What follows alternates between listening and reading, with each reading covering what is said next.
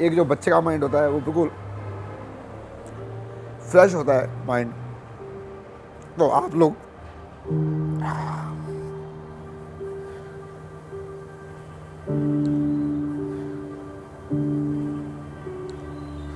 कि वो जो माइंड की हार्ड डिस्क है उसके अंदर सबसे पहले मैंने यही चीज़ नोट करी है और ये इसके अंदर है।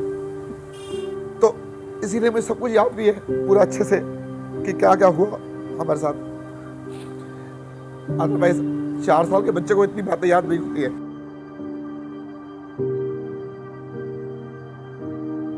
84 के दंगों ने तो सारी जिंदगी हमारी खराब कर दी।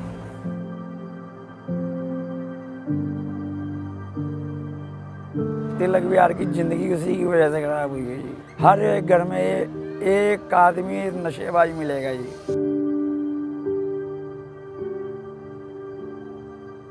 वो एक फ्रस्ट्रेटेड जनरेशन थी, उनकी फ्रस्ट्रेशन कहीं निकल नहीं पाई, इसलिए उन्होंने नशे किए, इसलिए उनको बुरी आदतें लगी। मुझे नहीं लगता कि उसमें से कोई भी जिंदा होगा। अगर जिंदा होगा तो वो जिंदों जैसा नहीं होगा।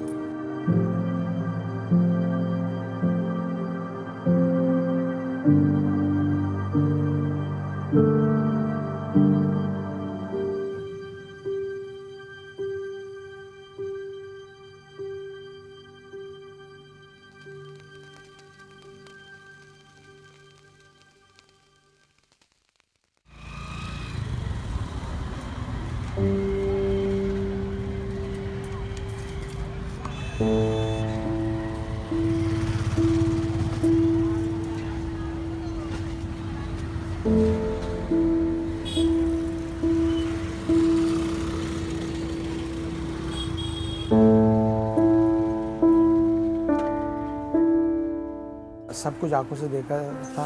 फादर हमारे को जैसे घसीट के लेके हम चारपाई के नीचे छुपे हुए थे, छोटे छोटे होते थे, वो पड़ोस वाले घर के नीचे छुपे हुए थे। वहाँ से हम देख रहे थे, एक छोटी सी ईंट का टुकड़ा था खाली, वहाँ से देख रहे थे झाँक के। मारा, तलवारें मारी, डंडे मारे, उनको जिंदा जला दिया गया।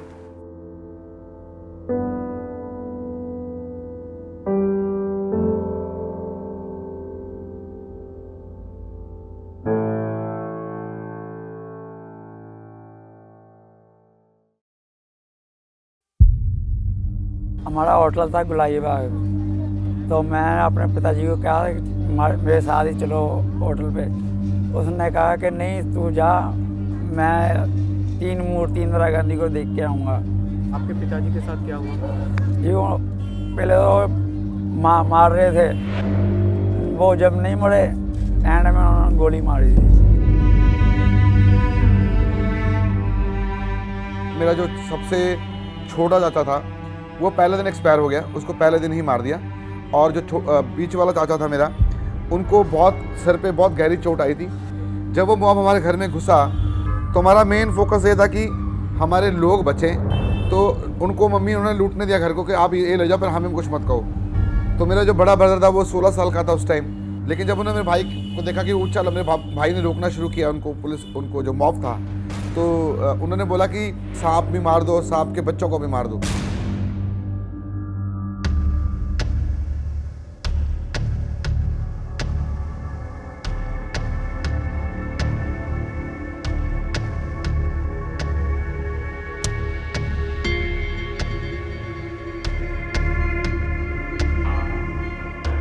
सानू नौकरियां मिल गई, नौकरी जान लग गए, तो बच्चे फिर कल्ले रह जाते सी, घरे कोई देखने वाला नहीं सी।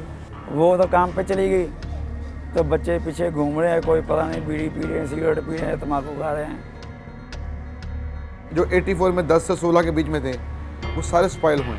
कुछ बच्चे ऐसे हो गए कि वो नशे पते में करने लगे, ड्रग्स वगैरह करा, उस करके कईयों की तो डेथ हो गई। गलत संगत में पड़ गई, ट्रक पे जाने लगे थे और रास्ते में भी एक ड्राइवर ने फीम खिला दी, फीम खा ली। मतलब कि बिगड़ता बिगड़ता बहुत ज़्यादा बिगड़ गया हूँ। बहुत से लड़के जो मुझसे बड़े थे, जो उस टाइम 14, 15, 16 के थे, उनको नहीं पता कि क्या हुआ। उन्होंने उसका बदला लेने के लिए सोची और वो बदला नहीं ले पा रहे थे। जिनके सामने उनके बाप दादाओं का मर्डर हुआ, चाचाओं का मर्डर हुआ, भाइयों का मर्डर हुआ, सिर्फ उस जोन से बाहर आने के लिए उन्होंने वो नशे किए। बाप छोटे छोटे चला गया, मामा परेशान हो गई हैं, वैसे परेशान हो गए। बच्चे कुछ देख ही नहीं पाए। बच्चों ने कोई होना था, कोई बच्चा मेरा पढ़िया ही नहीं गया। 6वीं तक पढ़ा था, उसके बाद मेरे को नहीं पढ़ पाया, क्योंकि घर पे कमाने वाला मैं था, घर पे बड़ा। उसके बाद ड्राइवरी सीख ली, उसके बाद ड्राइवरी पे जाने लग गया। पढ़ाई नहीं कर पाई। मदर थी, मदर को गवर्नमेंट नौकरी मिली, वो काम पे चले जाते थे, पीछे हमें कोई गाइड करने वाला नहीं था, कुछ पैसा नहीं था, खाने की दिक्कत थी।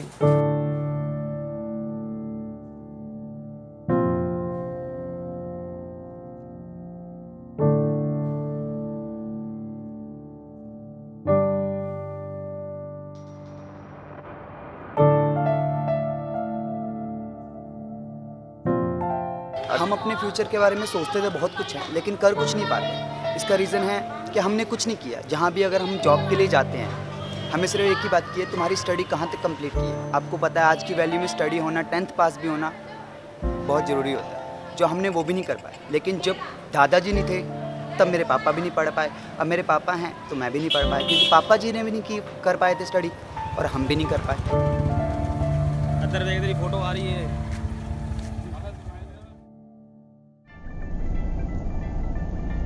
मेरा मसूरी शो है 27 को, 28 को मेरा कहीं और शो है। वापस आऊँगा, फिर 30 को फिर 29 को फिर चला जाऊँगा। 30 और 31 शूटिंग करूँगा।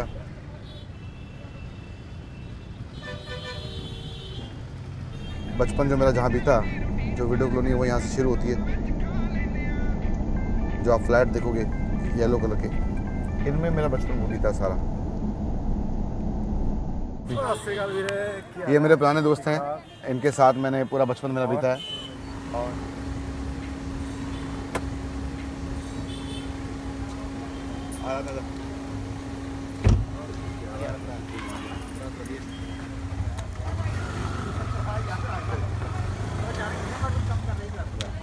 आप पूरे वर्ल्ड में अगर तलेवा डालोगे तो नहीं निकलेगा, अगर वीडियो कॉल डालोगे तो ये अपना खुल जाएगा आपका गूगल पे भी।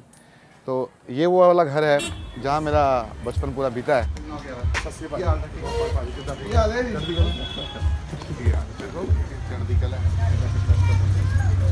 ये वो संस्था है, इन्होंने ही हमारे एडमिशन कराया स्कूलों में और हमें पढ़वाया अच्छे से। तो यहीं से पढ़ा हुआ सारा जो मैंने किया वो आज मेरे काम आ रहा है, म्यूज़िक सीखा हुआ।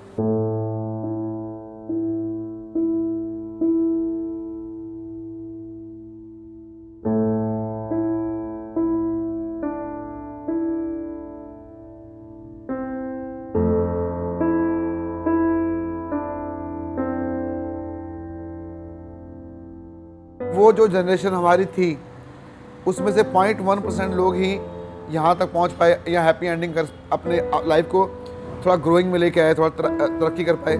अदरवाइज़ 90.9% लोग आज भी वहीं रह रहे हैं और वही ज़िंदगी सरकारी नौकरी में जी रहे हैं और वही छोटे से 2 बेडरूम के फ्लैट में, 1 बेडरूम के फ्लैट में रह रहे हैं।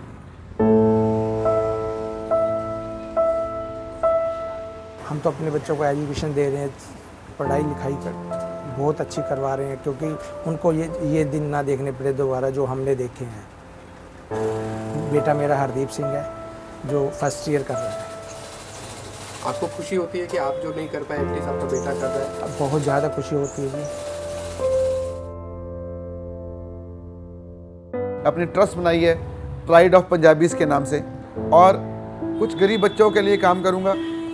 कुछ बच्चों को हम अडॉप्ट करेंगे, पैदाइश से लेकर उनकी जब तक वो पढ़ाई करना चाहते तक पढ़ाई का खर्चा हम लेंगे। मैंने पुराने कपड़े पहने हैं और मैं थैंकफुल उन लोगों का जिन्होंने मुझे कपड़े दिए पुराने। पर जिन बच्चों को हम अडॉप्ट करेंगे उनको बिल्कुल ब्रांड न्यू कपड़े लेके देंगे, ताकि उनके जीवन में कोई उनके कान में ये ना आए कि हाय ये बेचारा, इसके लिए कुछ करो।